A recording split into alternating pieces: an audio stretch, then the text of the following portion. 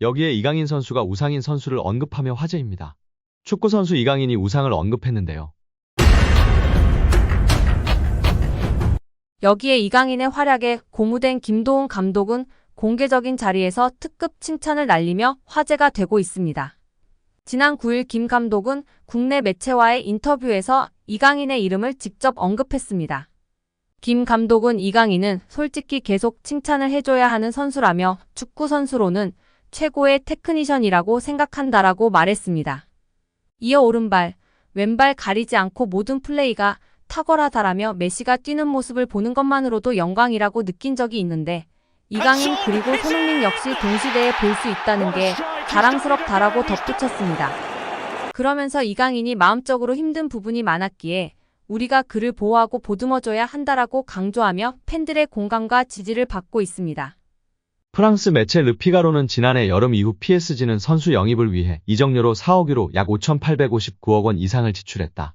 캄포스 단장이 선수 영입을 맡으면서 영입한 선수들에 대해 평가할 시기가 됐다고 전했습니다. PSG는 지난 시즌 종료 이후 메시와 네이마르가 팀을 떠났습니다. 반면 올 시즌 이강인을 포함해 10명이 넘는 선수를 영입하며 선수단을 대폭 개편했습니다. 르피가로는 바르셀로나에서 5천만 유로 약 732억 원에 영입한 덴벨레와 바이에른 미넨에서 4,500만 유로 약 660억 원에 영입한 에르난데스는 기대에 부응했습니다. 프랑스 대표팀에서 활약하고 있는 이들에 대한 장점과 단점을 모두 알고 있고 견고한 선수들이었습니다. 이미 검증된 선수들이었고 이는 파리 생제르맹의 좋은 영입이었다고 평가했습니다. 르피가로는 다수의 PSG 선수에 대해 부정적으로 언급했습니다. 이 매체는 루이스 엘리케 감독 부임 이전 캄포스 단장이 영입한 하무스와 우가르테는 기대에 부응하는 활약을 펼쳤는지 의문이라고 전했습니다. 일단 8천만 유로 약 1,172억 원에 영입한 하무스와 6천만 유로 약 879억 원에 영입한 우가르테는 PSG가 지난해 가장 비싼 이적료를 지불하고 영입한 선수들입니다. 우가르테는 PSG의 중원을 책임질 기술이 없다. 하무스는 슈퍼서브 역할을 맡고 있다. 자질은 확실하다고 언급하며 지나치게 높은 이적료를 지불한 것이 패착이었다고 전하고 있습니다. 이 두 명의 이적료를 합치면 무려 2,051억 원입니다. 이어 특히 지난해 9,500만 유로 약 1,391억 원에 영입한 무아니를 다시 같은 가격으로 팔 수는 없다며 공격수 무아니에 대해서는 실패한 영입이라는 뜻을 나타냈습니다. 또한 PSG가 올 시즌 영입한 수비수 슈크리니아르는 너무 느리다. 부상 복귀 이후에도 주전을 차지하지 못했다고 지적하기도 했습니다. 하무스와 우가르테에 이어 무아니까지 더하면 3,442억 원입니다. 다행히 밀란 출신의 슈크리니아르는 자유계약으로 영입해 이적료가 들진 않았습니다.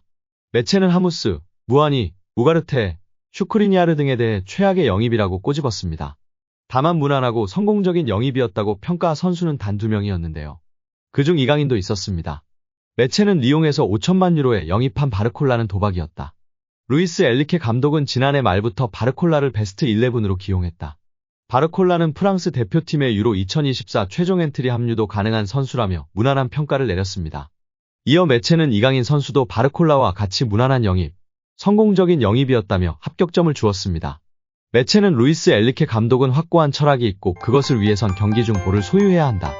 이강인은 음바페만큼 많은 유니폼을 판매할 수 있는 장점도 있다. 볼을 소유할 줄 아는 선수였다. 이강인은 확실히 유용한 선수였다는 뜻을 나타냈습니다. 여기에 이강인 선수가 우상인 선수를 언급하며 화제입니다. 축구선수 이강인이 우상을 언급했는데요.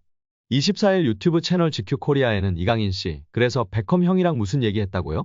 이강인 앨범에서 건져 올린 귀한 남친 짤이라는 영상이 게재됐습니다. 이강인은 핸드폰에 저장된 사진들을 보여줬습니다.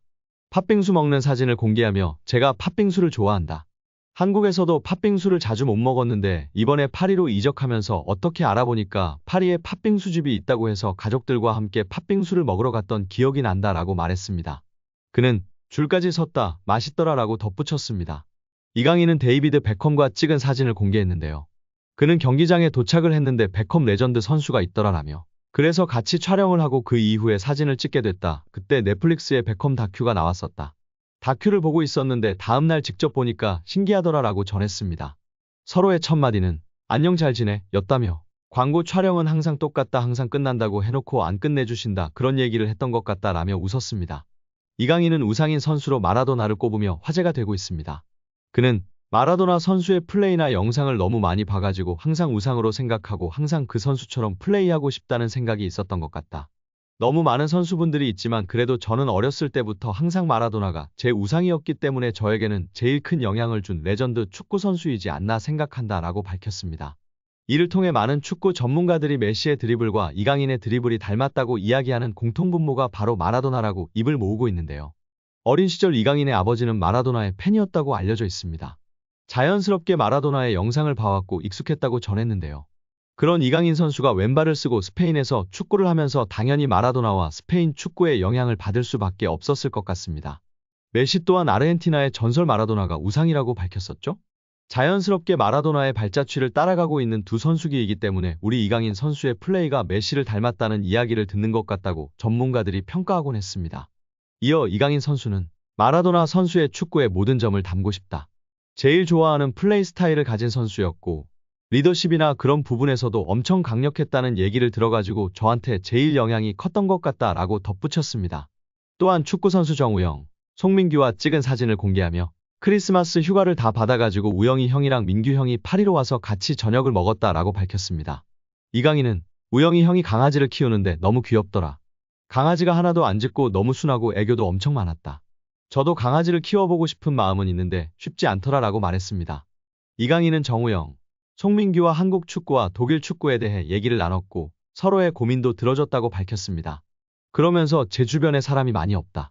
같이 축구하는 형들이 대부분 저의 친한 지인들인데 형들이랑 같이 밥을 먹으면서 이렇게 얘기를 나누는 게 저한테는 축구 다음으로 제일 행복한 것 같다라고 전했습니다.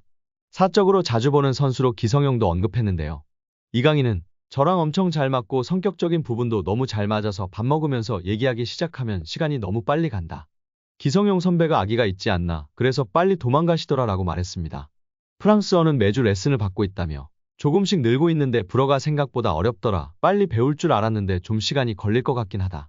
그래도 프랑스 구단에 왔기 때문에 당연히 불어를 배워야 한다고 생각해서 노력 중이다 라고 답했습니다.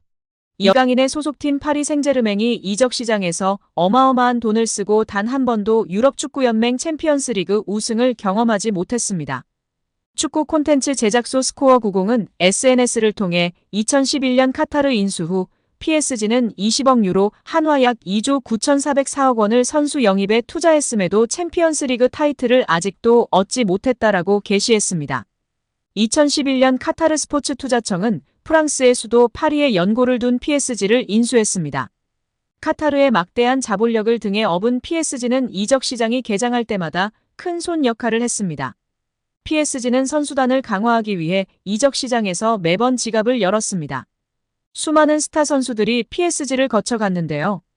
2012년부터 질라탄, 티아고 실바, 네이마르, 음바페, 리오넬 메시가 있었습니다.